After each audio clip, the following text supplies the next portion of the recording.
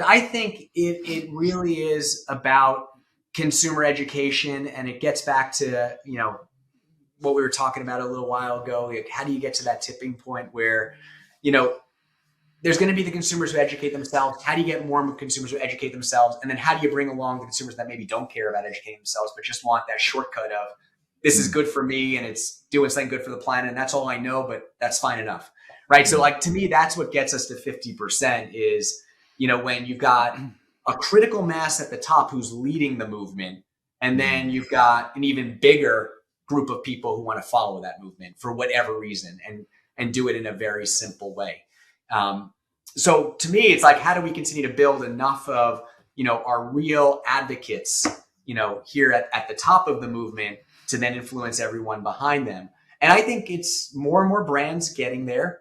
I think it's some big CPGs continuing to get there because, while I sit here, and Manitoba Harvest is a nice sized brand, I know that, my household penetration is only what it is. And, when you get, some of these other big mega brands, the $1 billion brands starting to talk about regen, that really makes a difference. And, I've worked at companies that have had some of those brands, and I know, what their marketing engines can do, right?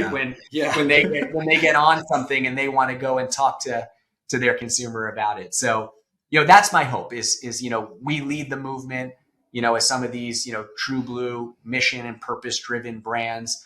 And then we make enough noise that, the bigger brands who maybe aren't as mission driven, but are opportunistic, see it, hear it, start pushing it out there. And then the whole supply chain just starts evolving and changing. There's this concept I heard a couple of years ago that I really love.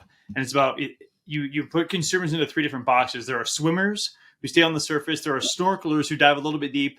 And then they're like scuba divers who go way deep and want to understand like everything about the product. Right. And right now, Regenerative is sort of focusing on the divers, as it should. Those are the people who are the early adopters and carrying the torch forward. But to your point, eventually we can hopefully get enough steam where we can focus on those shallower consumers who are just like, I know that this regenerative means something good, and I want to buy it because of that inherent goodness that I feel either for myself or knowing that it does something good for the planet.